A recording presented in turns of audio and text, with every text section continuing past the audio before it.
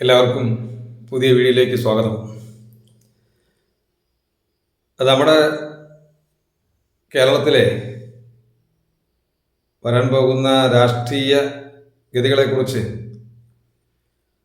തീരുമാനിക്കുന്ന ഒരു തിരഞ്ഞെടുപ്പ് ആണ് കഴിഞ്ഞ ദിവസം നിലമ്പൂരിൽ നടന്ന ഉപതിരഞ്ഞെടുപ്പ്.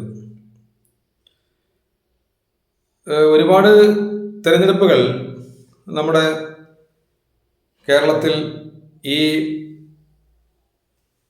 ഇപ്പോൾ ഭരിക്കുന്ന ഇടതുപക്ഷ ജനാധിപത്യ മുന്നണി അധികാരത്തിൽ വന്നതിന് ശേഷം നടന്നിട്ടുള്ള കാര്യം നമുക്കറിയാം.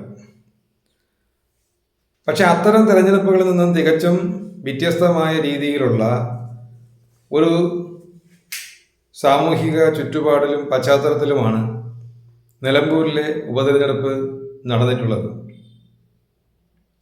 എല്ലാവർക്കും അറിയാവുന്നതുപോലെ ഇടതുപക്ഷ ജനാധിപത്യ മുന്നണിയുടെ ഭാഗമായി മത്സരിച്ച് ജയിച്ച ഒരു സ്വതന്ത്ര സ്ഥാനാർത്ഥി, ആ സ്ഥാനാർത്ഥി രാജിവെച്ചതുമായി ബന്ധപ്പെട്ട് ഉണ്ടായ ഉപതെരഞ്ഞെടുപ്പാണ് ഇപ്പോൾ നിലമ്പൂർ മണ്ഡലത്തിൽ ഇക്കഴിഞ്ഞ ദിവസം നടന്നത്. സ്വാഭാവികമായിട്ടും നമുക്കറിയാം, ഭരണകക്ഷി ബെഞ്ചിൽ നിന്നും ഉള്ള ആ ഭരണപക്ഷ സ്ഥാനാർത്ഥി രാജിവെച്ച് അദ്ദേഹം സർക്കാരിനെതിരായിട്ടും ബഹുമാനപ്പെട്ട മുഖ്യമന്ത്രിക്കെതിരായിട്ടും ഒട്ടനവധി ആരോപണങ്ങൾ ഉന്നയിച്ചുകൊണ്ട്, അല്ലെങ്കിൽ സർക്കാരിൻ്റെ പൊതുസമീപനങ്ങളുമായി ബന്ധപ്പെട്ടുള്ള വിഭിന്നമായിട്ടുള്ള അഭിപ്രായങ്ങൾ രേഖപ്പെടുത്തിക്കൊണ്ട് നടത്തിയ ആ രാജി പ്രഖ്യാപനത്തിലൂടെ നിലമ്പൂർ ഒരു ഉപതെരഞ്ഞെടുപ്പിലേക്ക് തള്ളിവിട്ട് എന്നതിനെക്കുറിച്ച് നമ്മൾ ഇതിനു മുമ്പുള്ള വീഡിയോയിൽ നമ്മൾ പറഞ്ഞിരുന്നു. അതിൻ്റെ അടിസ്ഥാനത്തിൽ നമ്മളെ സംബന്ധിച്ച് നമ്മൾ ഒരു കാര്യം ചിന്തിക്കാനുള്ളത്, നാളെ വരാൻ ഇരിക്കുന്ന, അതായത് തിങ്കളാഴ്ച വോട്ടെണ്ണൽ നടക്കുകയാണ്. ഈ വോട്ടെണ്ണലിൻ്റെ ഫലം കേവലം നിലമ്പൂരിൽ ഒരു പുതിയ MLA ആയി തിരഞ്ഞെടുക്കപ്പെടുന്നത് ആരായിരിക്കും? ആരുടെ ഷൗക്കത്താണോ, M സ്വരാജാണോ, PV അൻവറാണോ, അല്ലെങ്കിൽ ജോർജ് ആണോ, അല്ലെങ്കിൽ മറ്റേതെങ്കിലും മത്സരരംഗത്തുള്ള സ്ഥാനാർത്ഥികളാണോ എന്നുള്ളത് അതുമായി ബന്ധപ്പെട്ടൊരു ചോദ്യം. ഈ തെരഞ്ഞെടുപ്പിൽ ഏറ്റവും സുപ്രധാനമായിട്ടുള്ള ചോദ്യം എന്ന് പറയുന്നത്, ഇത് സർക്കാരിനെതിരായിട്ടുള്ള ജനവികാരമാണോ പ്രതിഫലിക്കുന്നത്? അതല്ല, മറിച്ച് സർക്കാരിനെതിരെ പ്രതിപക്ഷം ഉന്നയിക്കുന്ന ആക്ഷേപങ്ങളും ആരോപണങ്ങളും കുറ്റപ്പെടുത്തലുകളുമെല്ലാം അത് അസത്യങ്ങളാണോ എന്നുള്ളത് കൂടി തെളിയിക്കുന്ന ഒരു തെരഞ്ഞെടുപ്പാണ് ഇപ്പോൾ നിലമ്പൂർ നടന്നു കഴിഞ്ഞതുമായത്. അതിൻ്റെ റിസൾട്ട് വരുന്നത് വരെയുള്ള സമയം മാത്രമേ ആ വിശകലനത്തിന് വേദിയുള്ളൂ എന്നതാണ് യാഥാർത്ഥ്യം. നമുക്കറിയാം, കഴിഞ്ഞ 9 കൊല്ലക്കാലമായി കേരളത്തിൽ ഭരണം നടത്തുന്നത് ഇടതുപക്ഷ ജനാധിപത്യ മുന്നണിയാണ്. അത് മാർക്സിസ്റ്റ് പാർട്ടി നേതൃത്വം നൽകുന്ന മുന്നണി. ആ മുന്നണിയുടെ ഭരണവുമായി ബന്ധപ്പെട്ട് ഇവിടുത്തെ വിവിധ മേഖലകളിലുള്ള ആളുകൾക്ക് വ്യത്യസ്തമായ അഭിപ്രായങ്ങളുണ്ട്, അവർക്ക് വ്യത്യസ്തമായ അനുഭവങ്ങളുണ്ട്. ഈ അനുഭവങ്ങളെല്ലാം സാമൂഹ്യ പശ്ചാത്തലം വിഭിന്നമായത് എന്ന് നമ്മൾ പറഞ്ഞത്, സാമുദായികമായ പ്രാതിനിധ്യം വെച്ച് നോക്കുമ്പോൾ മലപ്പുറം ജില്ലയിലെ സോഷ്യൽ എഞ്ചിനീയറിംഗ് കൃത്യമായി വരാൻ സാധ്യതയുള്ള, പരീക്ഷിക്കാൻ സാധ്യതയുള്ള ഒരു നിയമസഭാ നിയോജക മണ്ഡലമാണ് നിലമ്പൂർ. അവിടെ ഹിന്ദു മതത്തിൽപ്പെട്ട അതിലെ ഏറ്റവും പ്രബലമായ ജാതി സമവാക്യങ്ങൾക്ക് മാന്യമായ വോട്ട് ബാങ്ക് അവിടെ ഉണ്ട്. ക്രിസ്ത്യൻ സമുദായങ്ങൾക്ക് മാന്യമായ വോട്ട് ബാങ്ക് അവിടെ ഉണ്ട്. ഇസ്ലാം സഹോദരന്മാരിലെ വിഭിന്നങ്ങളായ ആളുകൾക്കും അവിടെ വോട്ട് ബാങ്ക് ഉണ്ട്. അപ്പോൾ ആ ഒരു മണ്ഡലത്തെ സംബന്ധിച്ചിടത്തോളം കേരളത്തിലെ ഒരു സാമൂഹ്യ പരിച്ഛേദം പരമാവധി നിർണയിച്ചു കൊണ്ടുപോകാൻ കഴിയുന്ന തരത്തിലുള്ള ഒരു ഭൂപ്രദേശമാണ് നിലമ്പൂർ എന്നതാണ് യാഥാർത്ഥ്യം. അവിടെ സുപ്രധാനമായിട്ടുള്ള 3 കക്ഷികൾ ഏതൊക്കെയാണെന്ന് നമ്മൾ മുൻപ് പറഞ്ഞിരുന്നു. CPM-ഉം കോൺഗ്രസും മുസ്ലിം ലീഗും എല്ലാം ഏതാണ്ട് ഒപ്പത്തിനൊപ്പം നിൽക്കും. ഒരു പടി മുന്നിൽ മുസ്ലിം ലീഗ് നിൽക്കും. അതാണ് അവിടുത്തെ രാഷ്ട്രീയം. CPM അവിടെ എങ്ങനെ കൂട്ടിയാലും 3-ാം കക്ഷിയാണ്. ചില പഞ്ചായത്ത് പ്രദേശങ്ങളിൽ അവർക്കുള്ള കേഡർ സ്വഭാവം, അല്ലെങ്കിൽ ആ ഇടതുപക്ഷ രാഷ്ട്രീയത്തിൻ്റെ സ്വഭാവമെല്ലാം അവിടെ പ്രകടമാണെങ്കിൽ പോലും പൊതുവിൽ നിലമ്പൂർ മണ്ഡലം ഒരു UDF അനുകൂല മണ്ഡലമാണ്. കോൺഗ്രസിന് വളരെയധികം ശക്തിയുള്ള മണ്ഡലമാണ്. അവിടുത്തെ തെരഞ്ഞെടുപ്പുകളിൽ കോൺഗ്രസിൻ്റെയും മുസ്ലിം ലീഗിൻ്റെയും രാഷ്ട്രീയ സമീകരണങ്ങൾ സമഞ്ജസപ്പെടാത്ത സാഹചര്യത്തിൽ മാത്രമാണ് കോൺഗ്രസ് അവിടെ പരാജയപ്പെട്ടിട്ടുള്ളത്. ഒരുപക്ഷെ നിലമ്പൂരിലെ തെരഞ്ഞെടുപ്പിൽ കോൺഗ്രസ് പരാജയപ്പെട്ടാൽ മലപ്പുറം ജില്ലയിൽ ലീഗിന്റെയും കോൺഗ്രസിന്റെയും UDFന്റെ സീറ്റുകൾ ആകെയുള്ള 16-ൽ നിന്നും 8-ലേക്കോ 9-ലേക്കോ താഴുന്നൊരു സാഹചര്യം കൂടി അവിടെ ഉണ്ടാകാറുണ്ട് എന്നതാണ് യാഥാർത്ഥ്യം. പലപ്പോഴും ആരും അതിനെക്കുറിച്ച് വിശകലനം നടത്തിയിട്ടില്ല. പക്ഷേ നിലമ്പൂരിന്റെ തെരഞ്ഞെടുപ്പിൽ കോൺഗ്രസിന്റെ സ്ഥാനാർത്ഥി പരാജയപ്പെടുന്നൊരു രാഷ്ട്രീയ സാഹചര്യം ഉണ്ടാകുമ്പോഴെല്ലാം കേരളത്തിലെ നിയമസഭയിൽ പ്രതിപക്ഷ ബെഞ്ചിലിരിക്കേണ്ട സാഹചര്യം ഉണ്ടാകുന്നുണ്ട് എന്നുള്ളതും ഒരു യാദൃച്ഛികമല്ല. 16 സീറ്റുകളാണ് മലപ്പുറം ജില്ലയിലുള്ളത്. അവിടെ കോൺഗ്രസ് മത്സരിക്കുന്ന സീറ്റുകൾ വണ്ടൂര്, നിലമ്പൂര്, പൊന്നാനി, അത് കഴിഞ്ഞാൽ തവനൂർ. ഇത്രയും 4 മണ്ഡലങ്ങളിലാണ് കോൺഗ്രസിന്റെ മണ്ഡലം. ബാക്കി അവശേഷിക്കുന്ന മണ്ഡലങ്ങൾ 12 മത്സരിക്കുന്നത് മുസ്ലിം ലീഗാണ് എന്നതാണ് യാഥാർത്ഥ്യം. അപ്പോൾ മുസ്ലിം ലീഗിന്റെ ഭാഗത്തു നിന്നുള്ള ശക്തമായിട്ടുള്ള പിന്തുണ കിട്ടാതെ കോൺഗ്രസിന്റെ സ്ഥാനാർത്ഥികൾ പതറുന്ന കാലയളവിൽ കോൺഗ്രസിന്റെ ഭാഗത്തു നിന്നും UDFന്റെ ഭാഗത്തു നിന്നും മുസ്ലിം ലീഗിന്റെ ഭാഗത്തു നിന്നും അവിടെ നിന്ന് വിജയിച്ചു വരുന്ന സ്ഥാനാർത്ഥികളുടെ എണ്ണം 9 അല്ലെങ്കിൽ 10-ലേക്ക് ചുരുങ്ങുന്നൊരു സാഹചര്യമുണ്ട്.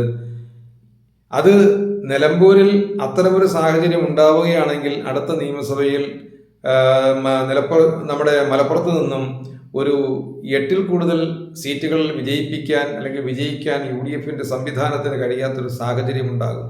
സ്വാഭാവികമായിട്ടും ട്രഷറി ബെഞ്ചിൽ ഇരിക്കുന്ന ആ ഒരു സാഹചര്യം അവർക്ക് ഒരിക്കലും കിട്ടാത്ത ഒരു കാലഘട്ടം കൂടി വന്നു ചേരാനാണ് സാധ്യത. സ്വാഭാവികമായിട്ടും ഐക്യത്തോടു കൂടിയുള്ള ഐക്യ ജനാധിപത്യ മുന്നണി എന്ന് പറയുന്ന ആ മുന്നണിയുടെ ഐക്യത്തോടുള്ള ആ ഒരു പ്രവർത്തനം യാഥാർത്ഥ്യമാകാത്ത സാഹചര്യത്തിൽ നമുക്കറിയാം UDFനെ സംബന്ധിച്ചിടത്തോളം ഏറ്റവും ശക്തമായിട്ടുള്ള പ്രദേശങ്ങളിലാണെന്ന് UDFന്റെ ഏറ്റവും അധപ്പതനം ഉണ്ടായിട്ടുള്ളത് എന്ന് നമുക്കറിയാം. ഉദാഹരണത്തിന് പത്തനംതിട്ട ആയാലും ഇടുക്കി ആയാലും അല്ലെങ്കിൽ തൃശ്ശൂരായാലും അങ്ങനെ എണ്ണം പറഞ്ഞ ജില്ലകൾ, ഒരുപക്ഷെ കോഴിക്കോടിനെയും നമുക്ക് ആ ഗണത്തിൽ കൂട്ടാം. അവിടെയെല്ലാം കോൺഗ്രസിന്റെ ഇന്നത്തെ MLA-മാരുടെ അല്ലെങ്കിൽ നിയമസഭാ സാമാജികരുടെ എണ്ണം പരിശോധിച്ചാൽ വളരെ പരിമിതമാണെന്നതാണ് യാഥാർത്ഥ്യം. മലപ്പുറത്തിന്റെ അതേ ഒരു സാഹചര്യമാണ് ഇന്ന് കേരള കോൺഗ്രസ് ശക്തിയുള്ള കോട്ടയം ജില്ലയിലടക്കം നമ്മൾ UDFന്റെ ഭാഗത്തുള്ള ആളുകളെ സംബന്ധിച്ചിടത്തോളം അല്ലെങ്കിൽ UDFനെ സംബന്ധിച്ചിടത്തോളം ഏറ്റവും കൂടുതൽ ദോഷകരമായി വരുന്നത് എന്നത് നമുക്കറിയാം. പക്ഷേ നിലമ്പൂരിലെ ഉപതെരഞ്ഞെടുപ്പിൽ വിജയിച്ചു കഴിഞ്ഞാലും UDFനെ സംബന്ധിച്ച് കേരള ഭരണം ഒരു പ്രഹേളികയായി നിൽക്കുന്നതിന് കാരണം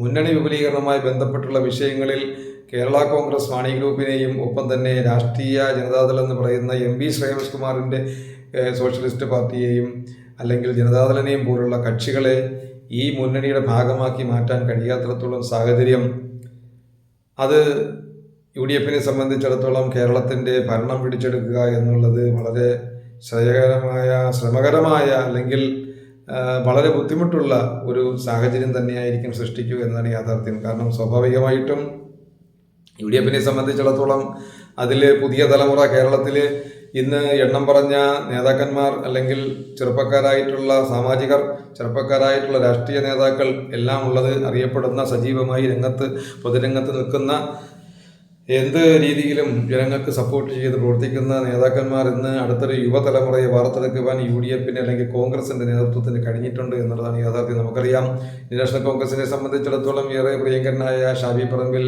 MP, ഒപ്പം രാഹുൽ മാങ്കൂട്ടത്തിൽ, അൻവർ സാദത്ത്, ഒപ്പം തന്നെ സന്ദീപ് വാര്യർ, VT ബൽറാം,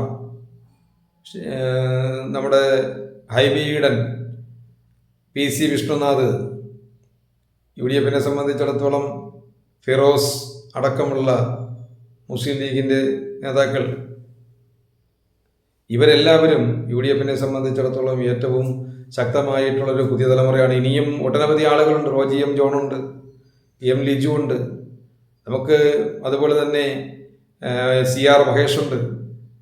ജില്ലകളിൽ എണ്ണം പറഞ്ഞ യുവജന നേതാക്കന്മാർ ഉള്ള ഒരു പ്രമുഖരായിട്ടുള്ള പ്രവർത്തകർ അംഗീകരിക്കുന്ന, ജനങ്ങൾ അംഗീകരിക്കുന്ന ആളുകളുള്ള ഒരു സംഘടനാ സംവിധാനം UDFന് പുതുതായി കോൺഗ്രസിന് വന്നിട്ടുണ്ട്.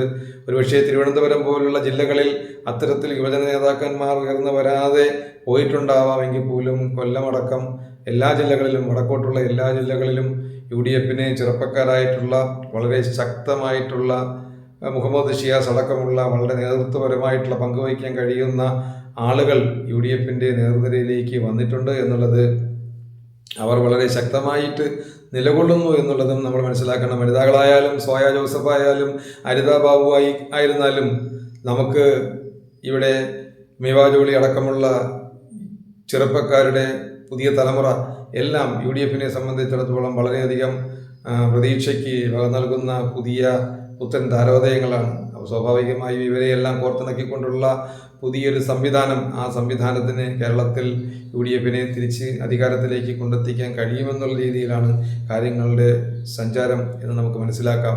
സ്വാഭാവികമായിട്ടും നാളെ തെരഞ്ഞെടുപ്പിൻ്റെ റിസൾട്ട് വരുമ്പോൾ അത് ആർക്കനുകൂലമാണ് എന്നുള്ളതിനേക്കാൾ ഉപരിയായി ഇവിടെ ഉള്ളത് യു ഡി എഫിന് ഈ തെരഞ്ഞെടുപ്പിലെ വിജയം ഏറ്റവും അതിൻ്റെ നിലനിൽപ്പിനെ സംബന്ധിച്ചും അതിൻ്റെ പ്രതീക്ഷകളെ താലോലിക്കുന്നതിനും ഏറ്റവും അത്യന്താപേക്ഷിതമാണ് എന്നതാണ് യാഥാർത്ഥ്യം. ഈ തെരഞ്ഞെടുപ്പിൽ യു ഡി എഫിൻ്റെ സ്ഥാനാർത്ഥി ശ്രീ ആര്യാടൻ ഷൗക്കത്ത് വിജയിക്കുകയാണെങ്കിൽ യു ഡി എഫിന് 2026 നിയമസഭാ തെരഞ്ഞെടുപ്പും 2025 ഈ വർഷം നടക്കാൻ പോകുന്ന ഏതാനും മാസങ്ങൾക്ക് നടക്കാൻ പോകുന്ന ത്രിതല പഞ്ചായത്ത്, നഗരസഭ, സിറ്റി തെരഞ്ഞെടുപ്പുകളിലും അത് വളരെയധികം പ്രയോജനം ചെയ്യും എന്നുള്ള കാര്യത്തിൽ യാതൊരു സംശയത്തിനും ഇടയില്ല എന്നതാണ് യാഥാർത്ഥ്യം. എന്തായാലും മണിക്കൂറുകൾ മാത്രമേ ഇനി നമ്മൾ തെരഞ്ഞെടുപ്പ് ഫലത്തിന് വേണ്ടി കാത്തിരിക്കേണ്ടി വരുന്നുള്ളൂ എന്നുള്ളത് കൊണ്ട് എന്തായാലും അതിനെക്കുറിച്ചുള്ള വിശകലനങ്ങൾ നമുക്ക് പിന്നീട് സംസാരിക്കാം. ഇപ്പോൾ എന്തായാലും ഈ തെരഞ്ഞെടുപ്പിൻ്റെ ഫലം അത് യു ഡി എഫിലെ രണ്ട് പ്രധാനപ്പെട്ട കക്ഷികളായ മുസ്ലിം ലീഗ്, കോൺഗ്രസ്, ഈ രണ്ട് പാർട്ടികളും പരസ്പരം വൈരങ്ങൾ മറന്നും അതോടൊപ്പം തന്നെ സ്ഥാനാർത്ഥിയോടുള്ള വിരോധങ്ങൾ ഒഴിവാക്കിയും യു ഡി എഫിൻ്റെ ഭാഗമായി മുസ്ലിം ലീഗ് വോട്ട് ചെയ്യാൻ തീരുമാനിച്ചിട്ടുണ്ടെങ്കിൽ അവരുടെ പൂർണ്ണമായ സംഘടനാ സംവിധാനവും അവരുടെ വോട്ടുകളും യു ഡി എഫിൻ്റെ കൈപ്പത്തി ചിഹ്നത്തിലേക്ക് വോട്ട് ചെയ്തിട്ടുണ്ടെങ്കിൽ തീർച്ചയായിട്ടും ഒരു 20,000-നും 22,000-നും ഇടയ്ക്ക് വോട്ടുകൾക്ക് നമ്മുടെ നിലമ്പൂർ മണ്ഡലത്തിൽ യു ഡി എഫിൻ്റെ സ്ഥാനാർത്ഥി ആര്യാടൻ ഷൗക്കത്ത് വിജയിക്കുമെന്ന കാര്യത്തിൽ തർക്കമില്ല. തീർച്ചയായും 20,000-ന് മുകളിലുള്ള ഒരു ഭൂരിപക്ഷം അദ്ദേഹത്തിനുണ്ടാവുമെന്നാണ് യാഥാർത്ഥ്യം. അൻവറിന് പിടിക്കാൻ കഴിയുന്നതിൽ 10,000-നും 15,000-നും ഇടയ്ക്കുള്ള വോട്ടുകൾ അത് പരമാവധി.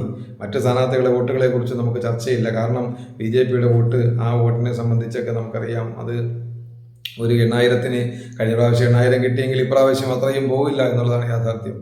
പിന്നെ ഇടതുപക്ഷ ജനാധിപത്യ മുന്നണിയുടെ സ്ഥാനാർത്ഥിയുടെ വോട്ട്, ആ വോട്ടിനെ സംബന്ധിച്ച് നമുക്ക് ഇപ്പോൾ തൽക്കാലം ചർച്ചയ്ക്ക് കാര്യമില്ല. കാരണം യു ഡി എഫിൻ്റെ സ്ഥാനാർത്ഥിയെ സംബന്ധിച്ച് നമ്മൾ പറഞ്ഞു കഴിഞ്ഞു. യു ഡി എഫിലെ മുസ്ലിം ലീഗും കോൺഗ്രസും രണ്ട് പ്രമുഖ പാർട്ടികളാണ്. അവിടുത്തെ 65%-70%-ഓളം ആളുകളെ പ്രതിനിധാനം ചെയ്യുന്ന, വോട്ടർമാരെ പ്രതിനിധാനം ചെയ്യുന്ന രാഷ്ട്രീയ സംവിധാനമാണ് കോൺഗ്രസിൻ്റേതും ഒപ്പം മുസ്ലിം ലീഗിൻ്റേതും അടക്കമുള്ള യു ഡി എഫ് സംവിധാനം. ആ സംവിധാനം പൂർണ്ണമായും ജെല്ലായി പ്രവർത്തിക്കാൻ തയ്യാറായിട്ടുണ്ടെങ്കിൽ അവിടെ ഒരു കോൺഗ്രസ് MLA ആയിട്ട് ആര്യാടൻ ഷൗക്കത്ത് ഉണ്ടാവും. അല്ലെങ്കിൽ ആ മണ്ഡലത്തിൽ മറ്റൊരു പരീക്ഷണത്തിന് ജനം തയ്യാറെടുത്തു എന്ന് മാത്രം നമുക്ക് കരുതാം.